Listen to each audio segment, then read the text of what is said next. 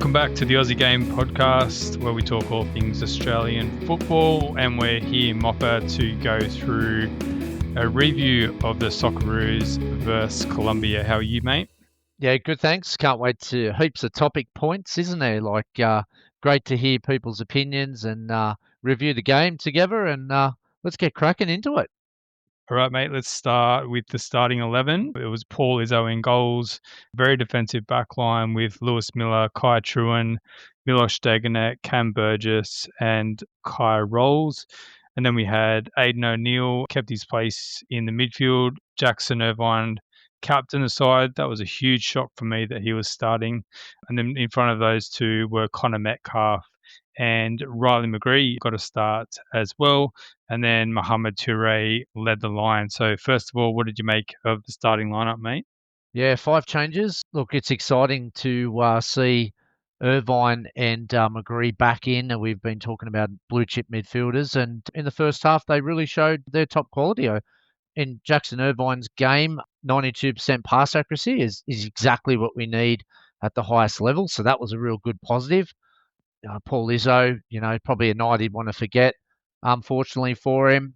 Obviously, great to see Riley McGree starting. He looks a breath of fresh air. A couple of nice runs there, linking up with Toure as well. Again, Popper's talked about taking those boys off Irvine and McGree early too to protect them. And obviously, it was no surprise Rolls was back in the left wing back spot for defensive cover. And he had a solid game. But again, just on the ball, it's not our biggest strength because we obviously utilise him for defensive purposes. And yeah, so I think, probably a good, solid, strong lineup. Yeah, it's nice to see Toure mix in with Irvine, McGree, and O'Neill and Metcalf. I was pretty confident when I seen that starting lineup.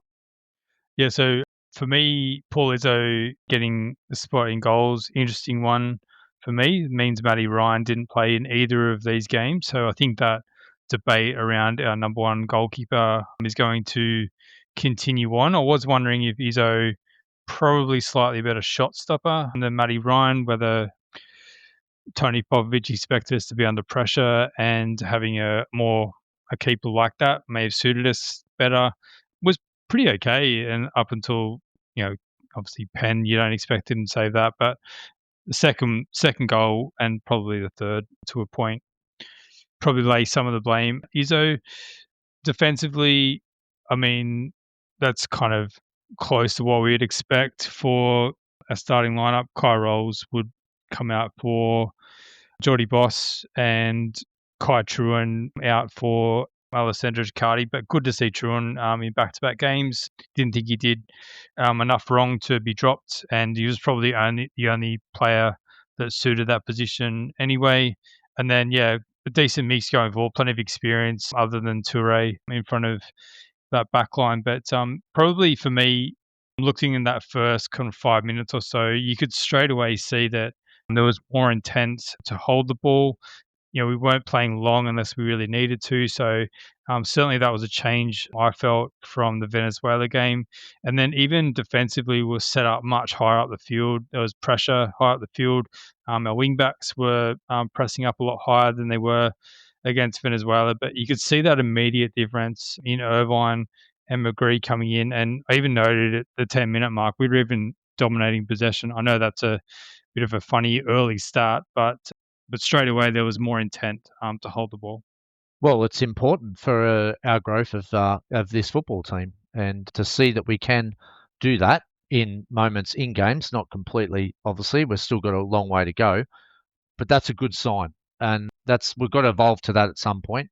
We don't expect to win possession in all our games, but to know that we can do it in certain points of the games, I think, very key point. Yeah, and in the first half in particular, I noticed we were a bit braver in our passing, like particularly from those three centre backs into our sixes. And then I thought O'Neill and Irvine combined quite well. Irvine played on that right hand side of the double pivot, but in a more advanced position at times. And it just allowed that kind of triangle to be able to be played and then a bit of an outlet through Irvine. So I thought that worked quite well in that combination. And then it was probably just similar to what we found in the previous games, that once we get a little bit further forward, that's when we don't have the penetration. But I think with this lineup, you're never probably going to get that so much. But I can see if, and I know we're putting a lot of hopes on him, but I can see if we do have a Geordie Boss in that lineup, that becomes an outlet as well when we start to be a bit braver in that midfield. Yeah, I've pointed out two parts of the game in the second half that showed when we obviously break our biggest anomaly and problem, but I'll break that down as we will go through the game, yeah, and we'll talk about that at the end. Do you want to Yeah, start? Yeah, go, mate. yeah. I was just probably going to say it took 20 minutes for Colombia to get their first shot on target, but there was a moment 3 minutes later, and we know how good James Rodriguez is, but all it took was the Socceroos, and it was probably he did get fouled a few times. It was probably a tactically, the way to approach him at times. If he does get a bit of a half yard of space on us, tactical fouling. But there was one time where he got the ball and turned, and immediately they created something out of that. So just shows you that danger, as much as we were much better at not allowing our opposition to play through, but that one of those lapses, and all of a sudden we're under a bit of pressure there. There was a couple of moments I wanted to point out to you, mate, that in this 32nd to 33rd minute, we had a great spell of possession. Must have been 20, 25 passes, but all of it trying to kind of be quite progressive and get the ball forward, and ended up resulting in a free kick, one right on the edge of the box. Unfortunately, McGree put it over, but I think it just showed that when we do hold a bit of possession and we are a bit braver, that we can do it. There's another moment, again, just before half time, where Irvine was heavily involved, but he played a pass, and then he also got forward and kind of pushed past the last line of defence for Colombia, which opened up the space for Lewis Miller, and he won a free kick, which McGree had a shot and got on target. But I think, you've spoken before about how good Irvine and McGree are, but I think just whether it was confidence within the team or whether it was actually the way they play, it just made a huge difference. Yeah, well, I touched on Irvine's passing accuracy, and McGree wouldn't have been too far off, and that's the deliberate approach and talent that they have. They can hold the ball and they can find the next player. If you're playing at 92%, I think what did he play 60 minutes? Yep. 92% pass accuracy. If you're going to get that from the midfield, then we're going to be able to hold the ball at certain points and we're going to be able to do something with it. So that's the advantage of having an A class midfielder and an experienced one too. No taken away from the other midfielders. He's just blue chip. He's played at the highest level for a long time. So that talent definitely showed, and that maturity and leadership, being the captain, definitely come through the team. Anything else that you picked out from the first half, mate, that we should know before we move on to the second half? No, I think we've seen it. That we're very solid. We're very defensively solid, as we always do, to set out. The combinations were quite good in transition defensively, and a couple of good signs there with possession. So I think he hit the nail on the head, mate. And I think it would have been a very happy camp in the first half, probably showing exactly if we go deep into it World Cup or play these high level teams, which at some stage you will anyway in the group stage, because you will get drawn against someone in pot one. That's the type of football and mentality that we have to match it with these guys. Obviously, understanding the quality that we're up against.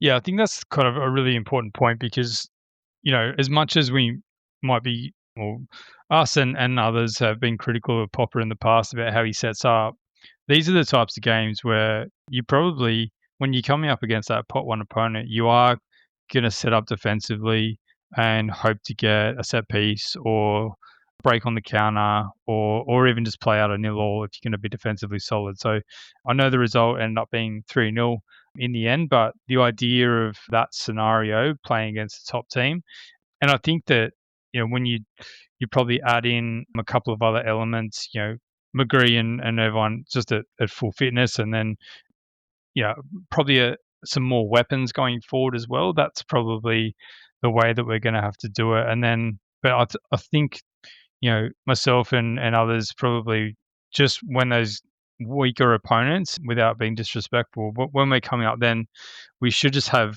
more weapons, be more more riskier, I suppose, when we go forward. But Well, let's that's the opportunity, isn't it? And I think that's why Australian fans would be slightly getting a little bit frustrated because, again, only one shot on target, two shots overall, and we're just not creating enough in that opposition half to show our direction. And I think that's probably the only thing holding back. If we had that little bit of emphasis, whether that's due to the combinations we're putting out or the tactical awareness that obviously Popper wants to do, because there's a couple of points in the second half which I'll point out where the handbrake's on when we've got the ball. And I've shown that against New Zealand, America, and Canada. When we do break, we don't break enough to create those moments if we want to go down that path, and which we not only should, because we definitely have the ability. A lot of people saying tactically we should change it up. We've seen what we can do in certain points in America, Canada, New Zealand. When we do press that button, we can actually and have the capability to do so. But we just didn't see it against South America, and whether that was the suppression of South American football teams, with the ball, or there was a couple of things from Popper's interview around the team was sick on Sunday and vice versa. Maybe that's the case, but we never seen that against the South American oppositions, but we did see a little bit of it in North America, and we did see a lot of it in the second game against New Zealand. So interesting take which way you look at it. The result will always be frustrating because we lost. More people will be more critical based on the analysis of the result. all right. Let's go to the second half, mate. Because as much as the first half, in my opinion, was a big improvement, and my opinion certainly wasn't shared by a lot of people on social media that I saw at halftime. But I thought it was an improvement. But second half, and yeah, we have to give credit to Colombia, top quality team that are going to put you under pressure. But that first 10 minutes of the second half, we were under the pump, and we reverted back to that kind of 5-4-1, quite deep. Even Moture coming back quite deep defensively a lot of the time, and yeah, it ended up being a little bit of the pattern of the second half. Vine played until the 60th minute before Max Ballard came on, but quite a nice nod. I mean, Andy Harper mentioned this in commentary as well, but quite a nice nod for Ballard to be given that opportunity ahead of some of the others in the squad. But obviously, his stock is rising in the Socceroo squad. Yeah, absolutely, and he's been proven, and he's been got a lot of opportunity in the last few games, and that's well rewarded for his ability and what he's doing at club football as well.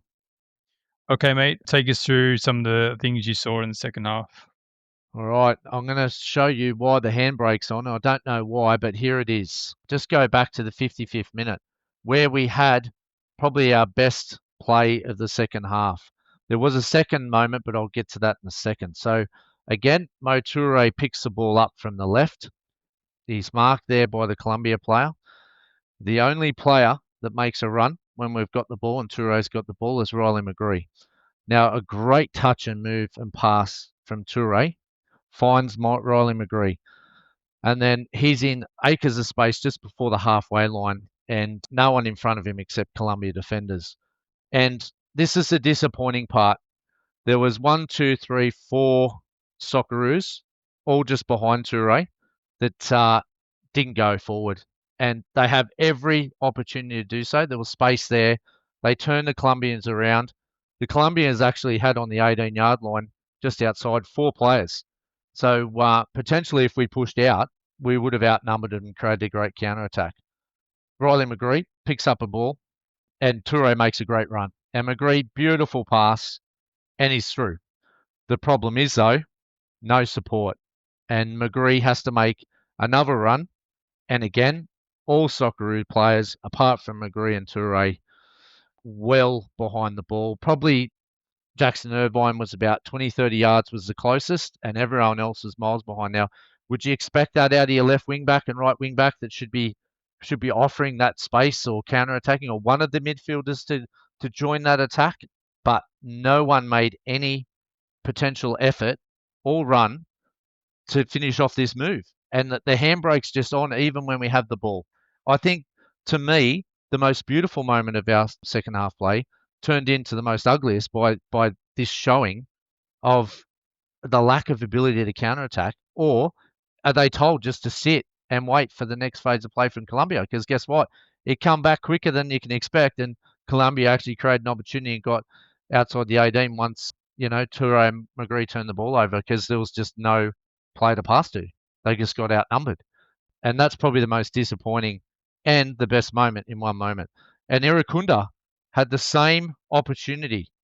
And unfortunately for him as well, just before the 80th minute, if you want to have a look at it, he makes a great run, but is only by himself, no player to pass to. Have a look at where we are in transition. No one even makes any effort to link up. And he's forced to take on Colombia in his own half, mind you, and loses it. And then again, Colombia counter-attack 79th minute and put a shot on target. So again, why aren't we transitioning when we've got the ball in great moments? Just that the two most disappointing things out of this game. I'm not worried about the result. The result 3-0, we lost.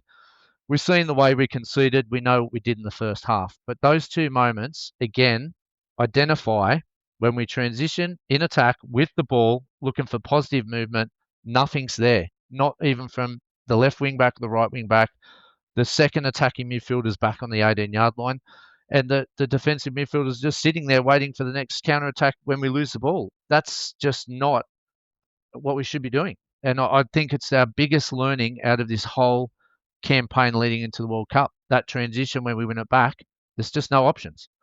And we wonder why there's only one shot on target, and we wonder why there's only two shots. Because of those moments when we have it, we don't take it. Is it a tactic? Are they been told to hold? Because it's holding us back. And that's the thing we really don't know. Is it tactical, or is it the player themselves making that decision for fear that they're not going to be able to get back or get back in time? So I certainly agree with you there. And it was even mentioned in commentary, the way that Colombia and a lot of South American teams will play is that they will dominate or hold possession, but when they get it into those attacking areas, they flood forward. They get 5 and 6 players Yeah, into the looks great. box. Yeah, Yeah, it does, and that's something that we could do, but on the flip side of that is that when they do it, as you said, we can push forward. That's when we can probably roll the dice a little bit and, play with a little bit of risk. I think, Miller's probably got that in, but even like Rolls, he's not obviously the prototype for your classic wingback, far from it, but, he can push forward, at times as well. We have seen that. But yeah, I suppose that is the disappointing part because, yeah, defensively we can set up not to concede, but there are gonna be games there in the World Cup where we're gonna have to you're not gonna get out of the group with 3 draws, or you're very unlikely to, and what are we gonna do? Just draw our way to penalty shootouts all the time? Like, it's unrealistic. So we need to have threats, for the opposition to be aware of as well. absolutely. And I wish you go back and have a look at it, Chief, because when you say we're worried about the risk, there is no risk when you pick up the ball just before the halfway line in acres of space. Yeah. There is no risk. We've got the ball. If you look at the Colombia's team, they're 30 yards away from him. They're nowhere near him. And he puts Toure through on a peach ball, but because there's nowhere to go or nowhere to go, he's still got time and acres of space, but he'll get closed down eventually because there's no other option but to just wait. And when you wait, you slow the play down and they catch up. And again, he tries to find McGree again, and you're going to end up losing it, which then you'd think we would be in this defensive position, but because we're divided now and the space is just open for them to counter again. It's just, but in the first initial phases, there's just no risk. It's just crazy. I can't believe the analysts wouldn't see those moments and go, "What are we doing from the transitional play?" Because there's just, if anyone made the run on the right, you got a one-on-one, or you're open and you can play a cutback. And that's what McGree offers, yeah. But again, you need that second. If we're playing a second 10, then where the hell is he? Yeah. Oh man, it's hard to disagree with you. Because there was definitely a moment in the second half there where Toure tried to play this absolute miracle ball through about 4 Colombian players to McGree because that was literally his only option. So we certainly need to have more weapons going forward. As I said, whether that's a personnel thing or whether that's tactical, hard to know. But let's go through last moments of the game because that's when it all kind of started to unravel a little bit. But as I said, Max Balla came on for Jackson Irvine 60th minute, and at the same substitution time, Callum Elder came on for Kai Rolls. And then in the 78th minute, there was triple change for Paul Okonangsla in for Aidan O'Neill, Martin Boyle for Connor Metcalf, and Nestor Irankunda for Riley McGree. So a few changes, but look at that point of the game, we're kind of under the pump and probably starting to lose a bit of confidence, I think. Yeah, absolutely. And I think those last two were the daggers, weren't they? They were hard to take because of that really solid 75 minutes. But anyway, that's football, isn't it? And credit to Colombia. They're a world-class side. They're going to be right up there in the 2026 World Cup. They've progressed beautifully through South America, playing some tough games through that group. And you've got to note that their players are playing, most of them in Europe, most of them in Champions League. When you look at the Socceroos, we're a bit vulnerable in there. Yeah, we lack a bit of experience at that big league, but these games are great for those exposures and to show a little bit of vulnerability, and we'll learn from that. And I still look at it, and I know people are going to be disappointed, but you've got to think and put things into perspective as well. And as frustrating as those couple of moments I picked out, I'm still in perspective that I still remember the last World Cup where we qualified. Only I think we were the last team to qualify. Without Redmayne's save, we could have been crippled Australian football by not making it against Peru in the penalty shootout. So, and then we go to this World Cup campaign, we're 12 months early, and Football Australia jump on the bandwagon and get quality games, and they've invested heavy. We can't not deny that. They've set us up in America twice, playing Canada, America, and now two South American teams. They set us up at home and away to New Zealand. So we played some pretty competitive games and getting that preparation in before the World Cup, whether it's, I think the thing with the experimental things with Poppo is that most of our Australian players, and I'm not sure of your opinion on this, are at pretty much the same level. So it's quite difficult to find the elite because that we're good, but there's no one that stands out. Probably Geordie Boss this year has probably stood out the most, but again, he hasn't consistently done that in Europe yet. This is only his first real breakout with Feyenoord. But I think you've got to put it in perspective. These South American players are all playing at massive clubs, week in, week out, 3 games a week, Champions League, highest level, South American qualifying, highest level. You can't deny that. And to get that experience against them is huge. And to do it in America, it would have cost the Football Australia a bomb to do this, but it's only going to benefit us when we get to America and Canada in 2026. So I think, again, put things into perspective. Look where we were 12 months ago. We were shaking in our boots, nearly, second last in our group, to being able to afford the affordability to test us ourselves out in the next 12 months. And whether you think it should be experimental or we should be playing our best 11 each week to get to the World Cup, then, that divides opinion. But I think overall, to get all these games in this back half of the calendar year, I think it's true credit. And to get it in America and Canada, where we're going to be playing, is going to be invaluable. Yeah, agree, mate. And look at, for the Colombian side, you only have to look at the goal scorers to realize what the quality is. James Rodriguez, absolute superstar. Luis Diaz, probably the most informed winger in the whole world at the moment, and Lerma, Crystal Palace, who are having an outstanding season. So yeah, they're littered with absolute superstars all across the field. And you're probably right in terms of we've got a few playing in the top 5 leagues, but yeah, probably all on a similar level because the younger players are a bit unproven while there's a lot of potential. We don't see it just at the moment as yet. So any other interesting points from Popovic's post-match interview that you wanted to mention? These are his points. The first thing he said, never a penalty. Debatable, VAR, not there, whatever. It's is what it is. It's down to interpretation. Whether, does it really matter, yes or no? He was a bit emotional about it, but, he lost, so of course he would be. Yeah, I don't want to go too far into it. It's a friendly. 2 soft goals at the end, very disappointed, especially the second one. Wasn't happy at all with that. He said very good 75 minutes, and he was very happy that the senior players were playing. Didn't train on Sunday. All players were sick and confined to the hotel on Sunday, had a virus and in bed before having to travel on Monday for 3 hours. surprised how well they did due to their sickness. He opened up on. Well, it was pressed by the press. Obviously, it was open up. When are we going to untap ourselves because of obviously only one shot on target? Got a bit interesting response, but he goes in the game. It's not easy. We're trying to get experience. We just keep having to work on it. He keeps talking about deliberately testing young players, which is good. Just unfortunate it blew out, and then thought the game was even against a quality team. I don't know if it was even, but anyway, his perception. And we showed we can compete. I definitely agree on that point. We definitely showed we can compete. We're building to the World Cup. It's all part of the journey to build experience. Are you close to figuring out your 23? He was pressed again. He goes, it's been different from the start, but we don't have the players that play in Europe. This is the point he was making. It We don't have the players that play in Europe 50 games and playing those games and starting every week. So we have to look at what we can bring in. Hence why the 60 plus players he's brought in. What's the choice for Paul Izzo?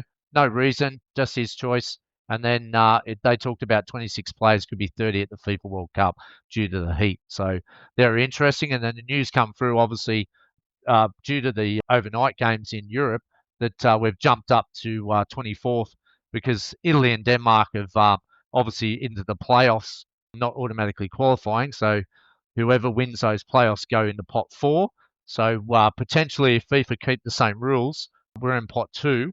So that's very exciting. But I looked at the teams who are in the intercontinental playoff. They're in pot 4 and 3, and it still looks hard. So yeah, but I think still a good position to be in considering where we were 12 months ago. I think whoever we draw in the World Cup is going to be tough. Let's face it. But pot two gives us a slight advantage. I'm not completely. I know that's what's being reported. I'm not completely sold that we're going to be in pot two until I hear it officially from FIFA. I'm not convinced I agree. because they can chop and change on a whim. FIFA. I just wanted to ask you, mate, about a couple of players in the squad. Yep, I just wanted to touch first on the players who didn't get any game time. Matty Ryan, do you think is he in serious? Is there a serious possibility he's losing his number one spot? definitely not. Paul Izzo had a great performance against New Zealand and a good game overseas before these Canada, friendlies. Canada. Canada, yeah. Yeah, But I think when you go up to higher nations and Colombia, I think you got exposed a bit. And look, Matty Ryan is elite. He's been playing at a top level for a long time. I think it asserted his number one position by not even playing.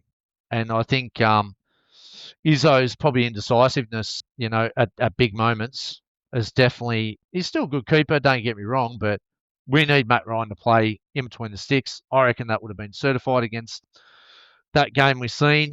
And I just think Matt Ryan's number one no matter what. I don't think anyone's going to knock him off. I think the bigger question is who's the one that's going to drop out. And that's either going to be, for me, Gauchi Beach or Izzo. I still think either one of them could be dropped. very interesting. All right, another player didn't get any game time, James Overy. Unless you think different, I think that was probably just a good opportunity to get him into the setup and have a look at. I think it would have been nice to give him at least 5 or 10 off the bench at some point, but not to be. Yeah, look, the only disappointing thing for me about these windows, there were certain players like Devlin, Overy, Segatic, Idle. Idale. Like, what's the go not playing them? Like, even if it's for a short amount of time. Like, what an experience that I'm not worried about. No one cares. Like, you're going to go to the World Cup in 2026, and we did last time, yeah. And everyone was like, going, "Oh, I can't believe we made it last World Cup because we nearly didn't make it. It was that close." But no, only everyone remembers George Grant Cole's final kick against Argentina that we could have nearly beat, equalised against Argentina. No one cares about the rest beforehand. It gets forgotten very quickly, and so will these friendlies. Yeah, that's why I think Australian football's done a really good job in getting them over to America and exposing them. But why wouldn't you play these players for 5 or 10 minutes, or like what's the risk? There is no Well, risk. the next one I was going to ask you about is Jack Iredale because this has got to be the third camp at least, I think, that he's been brought into and not played a minute. So why do you keep bringing him in if you're not going to have a look at him? I don't understand that. Like, Yeah, I get his previous point. So Popper clearly stated that they've got to earn it, and that's his way. I guess that's the way. Bring him into these camps, and then like Max Ballard, you pop him out at some point after 4 or 5 camps. But look, it's not my opinion on the Not way I that's do not the things. that's not the rule all the time though, because I we've know, seen with Beach and true. we've seen with Italiano, Yeah, because he has said that, but then he's broken that rule. So, yeah, true. um, Good it point. doesn't seem to be a hard and fast rule. But yeah, the Ido one fascinates me. Like yeah, must be his 3rd camp, and we haven't even seen a minute of him. So, like, what's the point of bringing him in? You may as well bring someone else in to have a look at it if you're not gonna be that content. I agree. I'm totally with you, especially against like Venezuela and vice versa. But it did, yeah, that's what I mean. Different rules. I can never figure it out. But yeah, look, I just can't. If you've got a squad, I'd be rotating heavily, but again, it's just not being shown that way sometimes. Whatever he's seen in camp, I don't know. Maybe he doesn't think they're ready. But anyway, I don't. Look, it's a great question, but only one person knows, mate. Unless you get him on. But again, he'll talk like all I can go off is his statements and said that you've got to earn your spot. So, but for me, they should have played. Like I can't believe Devlin hasn't played. Like they're all crook. Then Yeah, what? God, surely he couldn't have been the worst, but maybe he was. I don't know. yeah, hard to know. One other player I wanted to ask you about before we kind of wrap up the Socceroos chart is Kai Truan, because he's come in, played in both games, done done barely anything wrong in either of those games, showed some versatility. And I suppose that right centre back spot, obviously first choice is going to be Siccardi, but potentially he's making his mark. And I don't, he hasn't done anything in this window to think that he wouldn't be called up again, provided he continues his good form for Melbourne City. The only thing is he's playing in a different position at City. Yeah, but you know what I like about Truan is he's remained in Australia, which was interesting. I'm sure he would have had the opportunity to go over, and he's probably at that age to probably go overseas. So they're interesting move to stay, but I think he's at the right club because they're in the Asian Champions League. But he was in Popper's teams before in the camp in the squad, not really playing. And then the bonus for him is he started the A League, which is great, but more importantly, they're in the Asian Champions League. So he's got that great exposure against some really good teams too in Asia. And now we've seen him on the world stage and is playing at top level teams like Colombia, played Asian Champions League, been in the Socceroos camp before, at the right age. Yeah, he can't go wrong, can he? He's had that perfect preparation for this.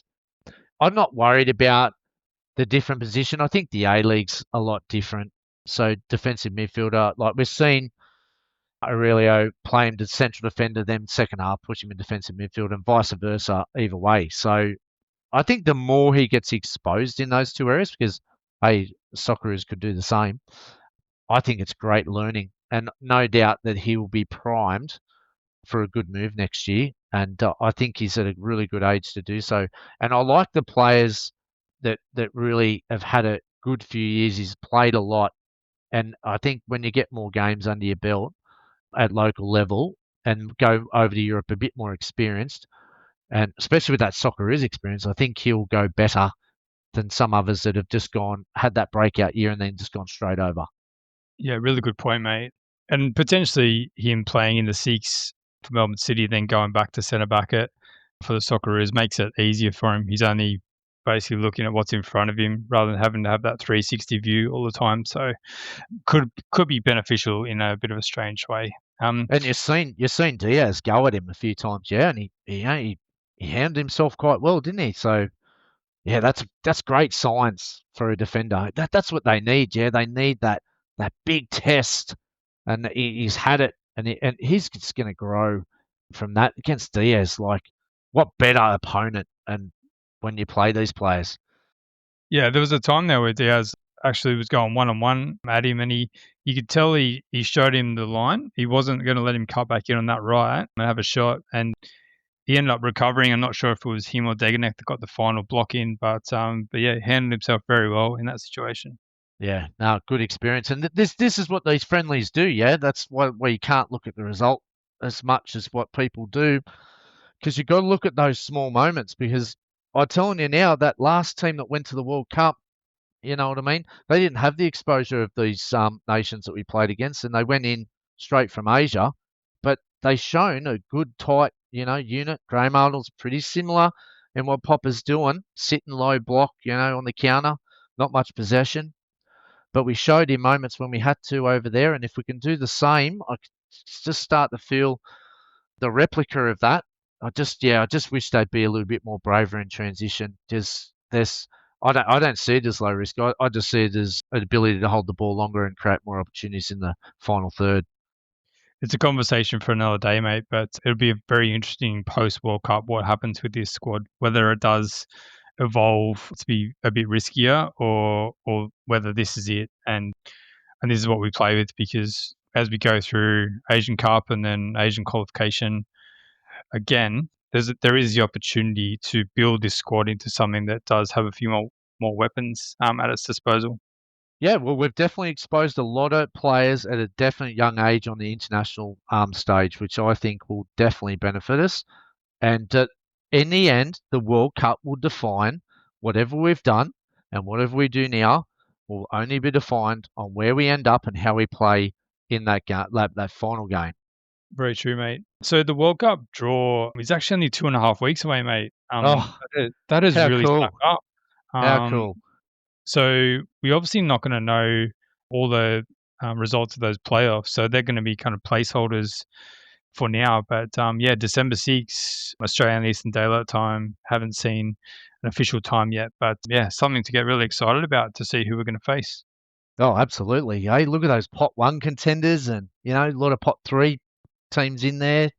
We've seen a lot of clubs overnight from Europe, Scotland bursting out, so a lot of players, clubs that haven't been to the World Cup for a while. So, yeah, no, it's exciting, isn't it? We could face anyone. This is the beauty of it. And, like we said, the more groups and opportunity to even come third and still get through. So, yeah, it's going to be a great World Cup. One team that's going to be progressing into those intercontinental playoffs is Graham Arnold's Iraq. What about this one, mate? 1-1 heading into stoppage time. They win a penalty. Arnie, I'm not sure if you've seen this video. There's a great Yeah, I video did. going I around, did. mate. What's he Can't worried even, about? What's he worried can't about? watch. Can't What, watch. Chief? What about Uruguay with Gus? He couldn't watch that either. He had Redmayne save that penalty. He should be experienced at this by now, shouldn't he? Oh well, there's something Should be about the it. cool cucumber. Yeah, no, he just definitely couldn't watch. But yeah, Iraq converted the penalty 2-1 on the night, 3-2 on aggregate, and they're through to the intercontinental playoffs, which is it was interesting a few people making the point around what we had November 16, 2005 with now these intercontinental playoffs get played in these hubs and different things. And it is a bit sad that we lose that effect with these playoff games. But I suppose, as you said, you saw with Scotland overnight and Ireland the day before, we're still going to get these types of scenes, which is really cool. Oh, this is why it's the best game in the world, my friend. It's just creates so much. Those countries like, wow, it's just like life changing, isn't it? And we went through that moment 20 years ago, so we know all about some of the heartbreaks and the experiences that they're all going through. And some teams are going to be on such a high, and some have got to wait till March. Fancy getting in the playoffs, you got to wait till March. Some of the teams in that competition, did you did you see the teams from Europe? Unbelievable. You got Poland and Denmark and Italy. wow, Italy and Sweden and oh my No, God. no, Sweden's not there. They finished Oh, last in their group. sorry. They had a shocker. Oh, Um, sorry. My apologies. I And know, but there are some great teams there. wow, that's just nuts. All right, mate, let's leave international football there. We've got a big break, obviously, now until March, but it's going to be very exciting to see that World Cup draw in a couple of weeks' time. We're going to touch on now some findings that the PFA released for their A-League Women's Report for the 24-25 season. This came out last week, but we just ran out of time to do it on the Sunday podcast, but just want to read through, mate, some of the things that they've identified. So this is state wording taken straight from their website, but the A-League women's talent drain has intensified. Clubs are increasingly losing players to leagues outside the world's best and being forced to recruit from European second, third, and even fifth tier leagues. The traditional pipeline from the United States has dried up as the professional football footprint in North America expands. Yeah, they've obviously got the league below the NWSL as well now, so they're continually growing in the States. The second point they made was the A-League Women's Youth skew has increased. Players aged 21 and under accounted for 32% of match minutes in 24-25, up from 28% last season. The share of match minutes being played by teenagers rose to 18% in 2024-25 from 15% in 2023-24. Wouldn't be surprised if that one jumps again in this season. Financial insecurity remains alarmingly high for players despite record total player payments of $8.7 million. 76% of players reported their financial situation as not at all or only slightly secure. 62% worked outside football during the 2024-25 season. The league's average salary is just over $30,000. Next point, players prefer an independent commission to govern the league. This is very interesting. 2 in 5 players expressed dissatisfaction with the Australian Professional Leagues, APL, and 61% support an independent commission to oversee the competition. So that would see them breaking away from the APL. And then, yeah, there's a couple of kind of recommendations. While the challenges are significant, the report also identifies major opportunities for growth. Global investment in women's football is accelerating, with the transfer market projected to exceed 200 million by 2027. By embracing full-time professionalization and securing multi-year contracts, A-League women's clubs could capture a greater share of this booming market, potentially more than 10 million annually in transfer fees alone. Prize money for the AFC Women's Champions League and the new FIFA Women's Club competitions present another revenue opportunity that will aid the transition to full-time professionalisation. And then there is going to be a further report by the PFAs releasing a player's vision for the A-League women that's going to be out in the coming weeks. So very interesting, mate. Obviously, PFA, Professional Football Association, are always going to come at these things from the lens of player welfare rather than, from the governing body or for, say, the APL. But, yeah, some very interesting points. And I probably think I've seen lots of arguments kind of either side of what to do with these recommendations. And it's probably just a tough thing because when you look at the A-League clubs themselves, they're probably doing well to survive at times. So unfortunately, it's just one of these things where, do we heavily invest with the hope that this money is invested correctly and that we are going to profit from it in a longer term vision? Or do we accept who we are and what we are and kind of do as we're doing? Because you can see the trends kind of going either way. Yeah, that's Australian football, the big question and torn between many people on all levels. What do you do with this? Well, yeah, that's a tough one, isn't it? And if you look at, let's look at women's sport. You're 100% right. The global economic of women's sport has absolutely shot through the roof in the last 10 years. And great to see many codes going professional, semi-professional, and really investing in this where it's deserved. The Matildas have played a massive part in driving growth through the young girls in women's football, and are the pinnacle probably of Australian sport, men and women, with some of their ratings and some of the figures that they've actually come out with. The thing is, we just don't seem to be able to capitalise as much as what other sports do. I think we undersell ourselves a little. I think we've got to drive a harder bargain because if you look at football, where's the money made? And it's all going to come down to commercial deals and broadcast deals. They're the big money drivers. And if you look at probably the pinnacle, which is probably the WSL, that's where most of their money comes from. And England, as a football team and the women, we've seen them win 2 Euros, demand massive top dollar. I just don't think we demand massive top dollar for what we've done to Matildas. And definitely the potential's there. I think we keep underselling the broadcast and sponsorship deals for our best.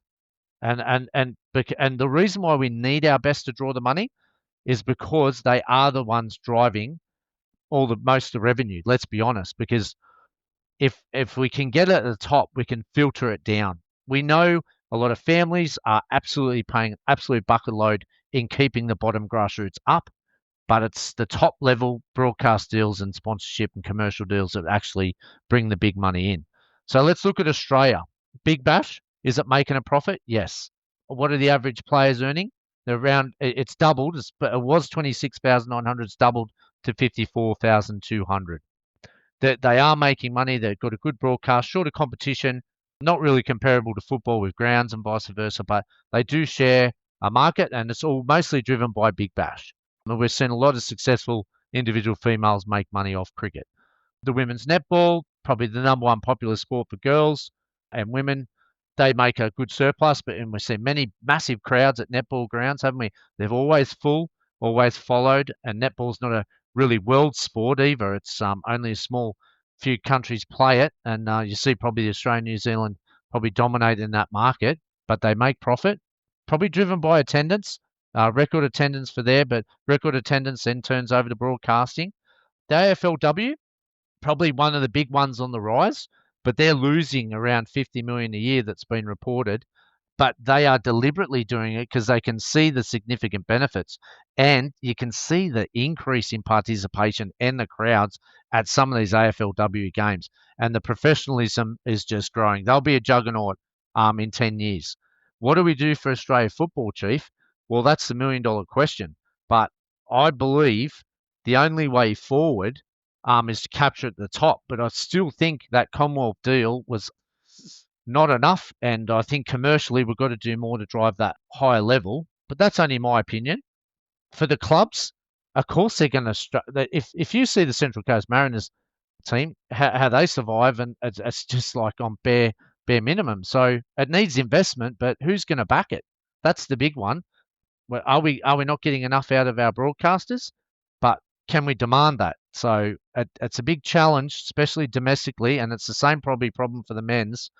We are restricted here. We've got a lot of problems. We've got geographical problems. We've got distance problems. We've got cost problems due to the large distance. We're a very difficult country to run due to those big parameters, and they're not faced in Europe and that because they're so close and cost effective. So it's a big one. But I'll tell you what, we've got to keep going back to what drives the biggest game, and it is the biggest game, and a lot of people follow it. It's just how do we capture that market to get that best drive for the bang for the buck?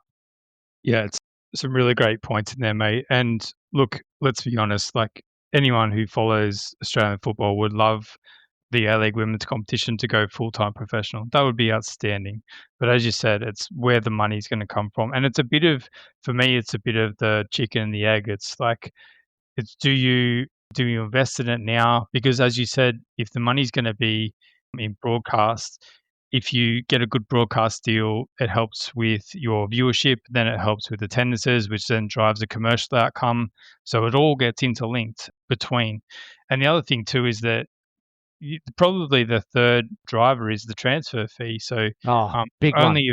only of recent times have we seen our women's players go on these multi-year deals. And when Chids went over to Como, Melbourne Victory got a fee. So, and it was their highest transfer fee. It wasn't disclosed what that was, but that's got to be the model as well. If we are similar to the men's competition, if we are going to promote a youthful league, tying these players up on the longer term contracts, and of course that in itself comes along with risk because if a player is injured or is not the player that you thought they were and you've locked them in on a longer term deal, then you're kind of stuck in that sense as well. So I think, look, it's great that this has been highlighted, and it's probably now what someone's going to do with it, whether that is the APL, whether that is Football Australia. For the Matildas, we do have the Asian Cup coming up next year, so another chance. We didn't capitalize on the World Cup success as much as we should have, but even the smaller competition being the Asian Cup, if the Matildas have a successful tournament and let's say they win it, what does the flow-on effect look like from that point, and how do we start to get some corporate dollars in? How can we drive a harder bargain for our broadcast deal and make sure that we are getting the most? Because if there's more money being pumped into the game, then of course we can support the professionalization of the women's league. Like, it amazes me, like, to think we had Sam Kerr in the W League, yeah? Imagine if and clubs, there's many more Sam Kerrs coming through. Just and I know it's difficult for younger players, but imagine if we locked Sam Kerr away and when they won the Asia Cup prior, 10 or so years ago, you've locked her in for 2 or 3 years. And how much would clubs pay for that now, yeah? And say they get five, like seen some record spending on women's football and men's. Imagine if the club gets 5 million. That supports the whole club. Yeah. And we really have to get that youth connection and contract connection why they're at that age and at that level. We cannot let our kids go for free. We cannot let our kids just drive their own bargain and journey. They've started the journey. The local club has started their journey. They should get some benefit out of it too, even though it's very hard to probably flow on effect. But that's what we've got to look at if we want to look at the top level, and because it'll pay for itself if we get this part right. Because I've seen many schemes of Australian football over the years, and I think we're getting better. Like, we must admit we're getting better. And probably Frank Lowy showed us the path, with that investment, but it's got to be sustainable. But we keep missing those key moments, and I definitely think it's in that younger brigade where we've got to get smarter as a country to go, righto clubs, come on, let's get these kids. We're not going to get every one of them right. I get that, but we've got to get the portion of it right. So when these clubs come knocking, we drive the hard bargain and ship and go, righto. Well, if you want him, you're going to have to pay for him or her at the dollar of the market price. But we're too seen, even I think now, a lot of A-League clubs, like you said, are benefiting. Probably Adelaide the most. They've sold a lot of good players, but again, got to keep driving that bargain price up, because the more we do, the more sustainable their club's going to be, and the more they can reinvest. Yeah, it was an interesting point he made about the PFA made about the Asian Women's Champions League prize money as well. I think it's roughly about 1.5 mil if Melbourne City win it, but I mean they're the club that probably needs it the least as well. But does that then get distributed through the league, or is it on each individual club to be able to be driving their own revenue? Because the one thing when you're mentioning those other sports is that, and we just have to do this. Football's a global market. It's the advantage that we have. Yeah, We're not going to sell WBBL players. We're not going to sell netball players, for yeah, example. So we've got to tap 100%. in. And it was in that report, right? What was it? It was 200 million by Crazy. 2027.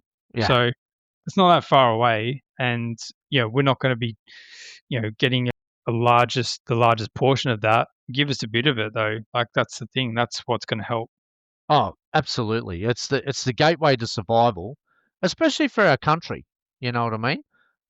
I looked at highest transfer women's football was Grace, who went to London City. They paid 1.5 million for her. Like, Yeah. it's more than the club's budget for probably 3 years. Yeah. So, and we've got the players. We have the players, especially on the women's side as well. So the potential is there. The thing is, we need someone to back us though. Like, again, I just look at some of the deals that we've done, and it's just not enough for the economic market that we have. And unfortunately, we may have missed one, but I'm sure there's probably another 100 female players in between the ages of 16 and 20. We've seen the development of those kids. Yeah, those girls have been doing fantastic. They're all on there, but they continually to get leaked overseas because they're just out of contract. Yeah. It can't happen. But that's because it's semi-professional, and then there's no binding, and then everybody that develops loses. The ones who put all in the hard work are the ones that lose. Yeah. And probably it comes also to the lack of a domestic transfer system as well, because as mentioned before, Melbourne City, and I was just thinking before of Danielle Boutros, who did that amazing rainbow flick the other night on that on that kind of Asian stage, and potentially she gets sold off, but it's the same problem. It's going back to the club that probably needs it at the absolute least. But if you do have Melbourne City taking players from other clubs, but the other clubs get compensated as well, I think that Yeah, would be really good. But that's been talked about for a while and doesn't seem that close to happening. But why don't we it's gonna leave? yeah. Sorry, go, mate. No, it's going to be a long road, but we've always seen it, haven't we? We've always seen the light in football in Australia. We've just got to somehow a lot of people have been talking. We've just got to somehow connect it, but I think the time for talk's over. The Matildas and Socceroos are pinnacles, and they're big. They're big world, global, national teams, bigger than probably any of the other sports that we've got. They play on the biggest stages, bigger than what any other sport plays on. No other sport can provide that platform. They provide good platforms, but not the biggest in the world. And globally, you've seen how much FIFA can drive money.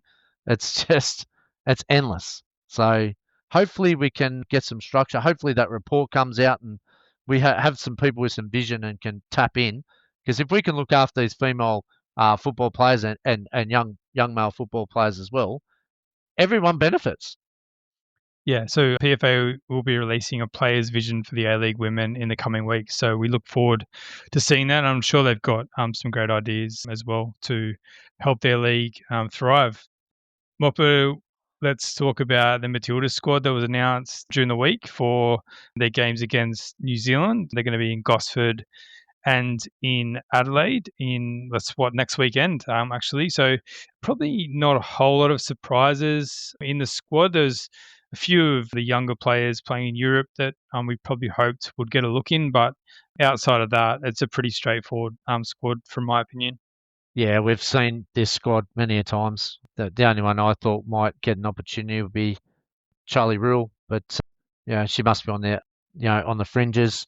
All those girls deserve their spots, and no real surprises really. Absolutely, you're spot on, and I think this is going to be probably probably the squad that takes the Asia Cup as well.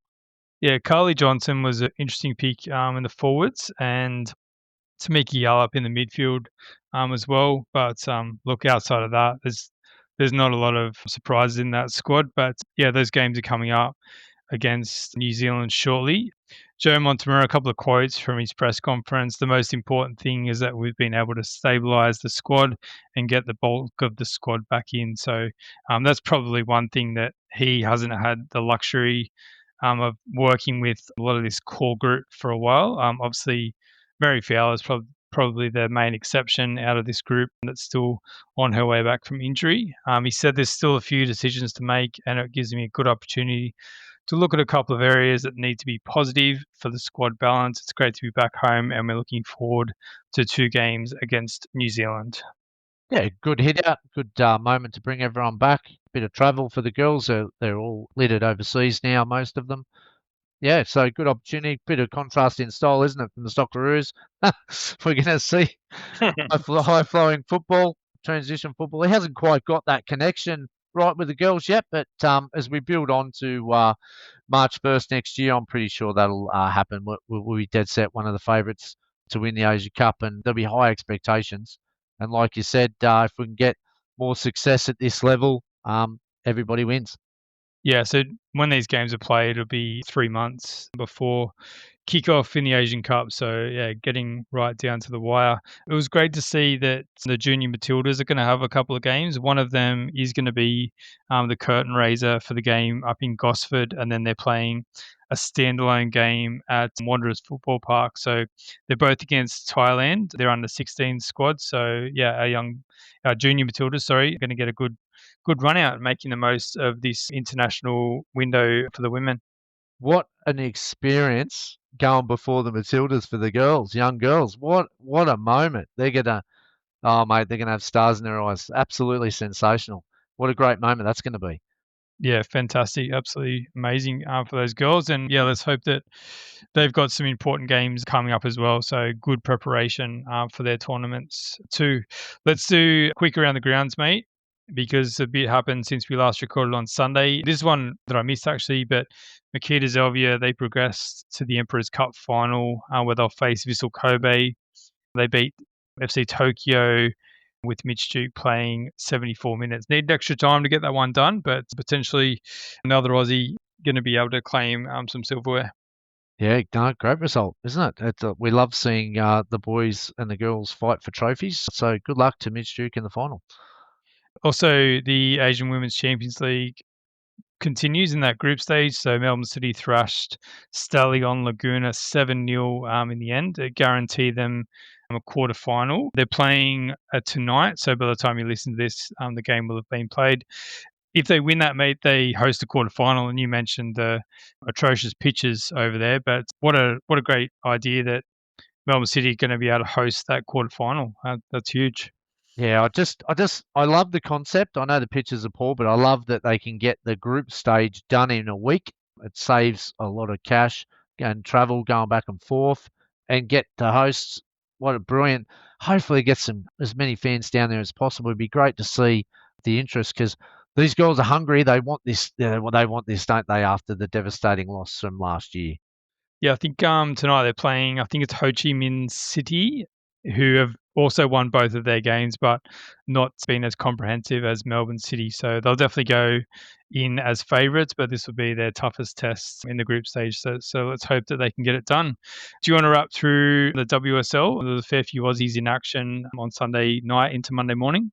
Yeah, London City pick up their fifth win. They're in great form with a 3-1 win over Aston Villa with Alana Kennedy playing 12 minutes off the bench. She seems to be the bench warmer these days, so hopefully she can get back in that starting 11. Charlie Rule was subbed off late as Brighton have a 4-1 win over Leicester. Van Egmont plays 90 minutes for as well in that game for Leicester. Charlie Rule having a great season over there for Brighton. I think she's right on the cusp of Matilda's selection after a horrible injury campaign. Sam Kerr is rested, but Ellie Carpenter is back in the starting lineup and plays a full game as Chelsea draw 1-1 with Liverpool. It's probably not the result that Chelsea wanted, especially as Man City just slip slightly away. I think that was Katrina, they set a record. I think it was a 34 match unbeaten run in the WSL for Chelsea, but yeah, certainly they wouldn't have wanted to drop points against Liverpool. no, they've dominated and they've won the league, every time. So Man City, though, are in front. So it's a race to the finish, even though it's only early days. Katrina Gorry's West Ham pick up their first win in the WSL with a 3-1 win over Everton. That was desperate for West Ham. Both Gorry and Wheeler played in this one. And Wheeler for Everton, obviously, and Gorry for West Ham. Spurs and Arsenal played out a 0-0 draw, so that was a great result for Spurs. Arsenal continue to falter, playing 3 games a week, aren't they? They seem to be struggling to get that continuity. Claire Hunt plays 90 minutes for Spurs. They'll give a great confidence with a clean sheet against Arsenal. Charlie Grant's still unused. We talked about her. Might have to look at future clubs for some game time. Why Arsenal's Matildas started with CUNY Cross, which was a good sign. Catley played a full game as always, and Ford coming off late. So CUNY Cross first league start this season. She cries out for some more minutes. Not the result that they wanted though.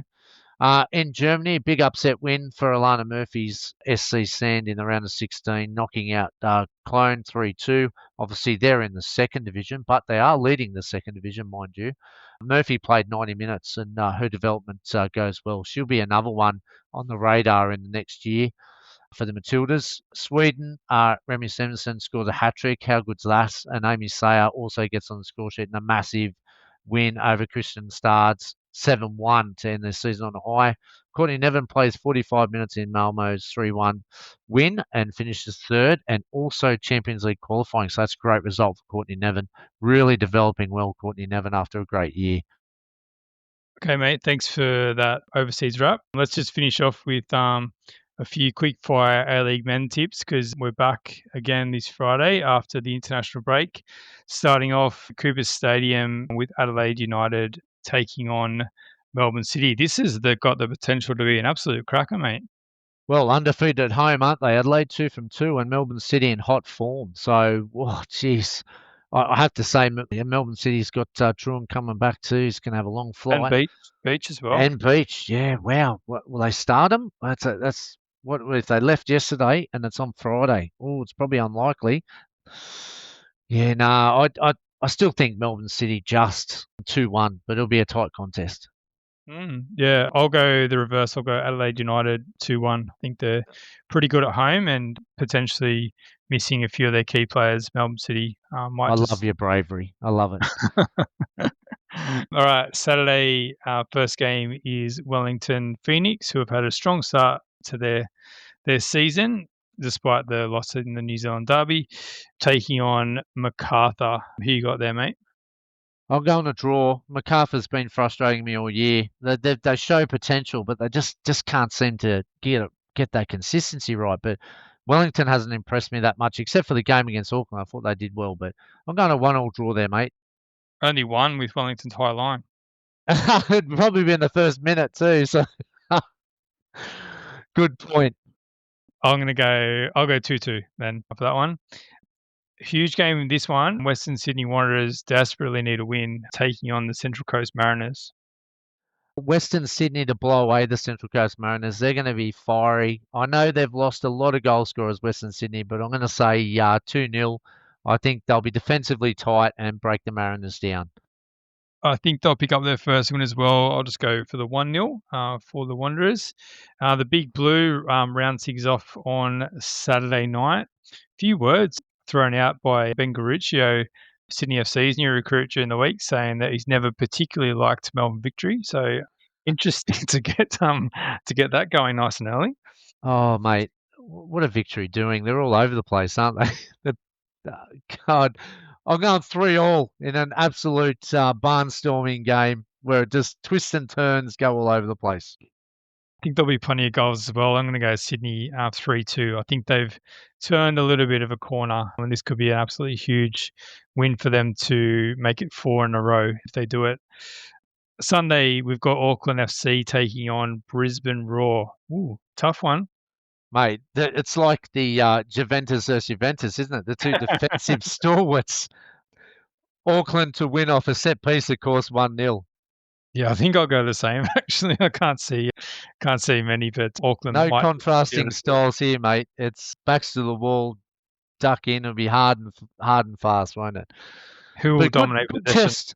Good test for Brisbane, though. Yeah. Oh, Auckland will dominate possession. But yeah, it'll be set pieces all around. Well, yeah, I mean, Brisbane probably looking to get rights and wrongs from their last trip to New Zealand when they threw that game away against Wellington. So shall be very interesting. Brisbane were very good against the Jets last time out. The last game of the round is Newcastle Jets versus Perth Glory, who have still not appointed a coach. Can't believe it. But anyway, what are they doing? I Just think I saw someone today saying that any potential coach coming in can't bring their own backroom staff. So I wonder if that's really limiting their options. oh, Um, absolutely. I don't know That's if what. that's confirmed, but that would be a deterrent for a lot of people. Are they in a position to stipulate that? Mm. I don't think so. They've gone. Oh, they're off to a shocker, aren't they? Anyway, hope it turns around for them. But Newcastle to bounce back, they're going to be pretty fired up. I think the young guns, and I'm going 3-0 in this, Chief. I think Newcastle will right the wrongs of some of their inconsistent games this year. I'm going to go 6-1 in this one.